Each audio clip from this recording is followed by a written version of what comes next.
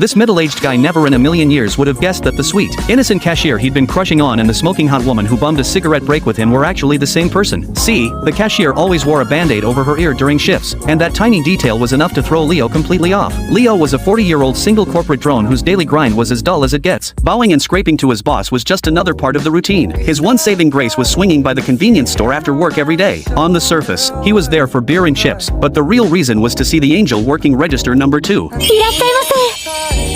Sophia was a quick, efficient cashier with the sweetest smile you've ever seen. Just a few minutes of chatting with her was enough to wipe away an entire day's worth of stress and exhaustion. But after leaving the store, Leo couldn't help kicking himself for blowing so much money his place was already overflowing with snacks. He'd thought about giving the stuff to Sophia as a gift, picturing how happy she'd look receiving it. But then he caught himself a guy his age doing that would come off as a total creep. The next day, his boss chewed everyone out over some made-up excuse, and thanks to the boss's own screw-up, the entire team had to stay late for a meeting and pull extra hours. By the time Leo dragged himself out of the office, he was running on fumes. He cursed his boss under his breath. Moments like these were exactly when he needed to see Sophia the most. But to his dismay, the person working the register that night was some older lady. His mood instantly hit rock bottom. Feeling miserable, he pulled out a cigarette to take the edge off, only to get dirty looks from passersby. Turns out there was a no smoking sign right next to him. He wandered around the area but couldn't find a smoking section anywhere. Just then, おじさん、こっちこっち。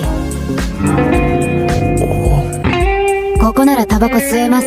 his spirits lifted in an instant. But this was the back door of the supermarket where Sophia worked. Was it really okay for an outsider to be hanging around here? The woman told him not to overthink it and even motioned for him to take a seat on one of the shipping crates. Leo finally pulled out his cigarette, took a deep drag, and let the entire day's tension melt away. He glanced over at the woman and thought she didn't really look like a supermarket employee. He asked which section she worked in.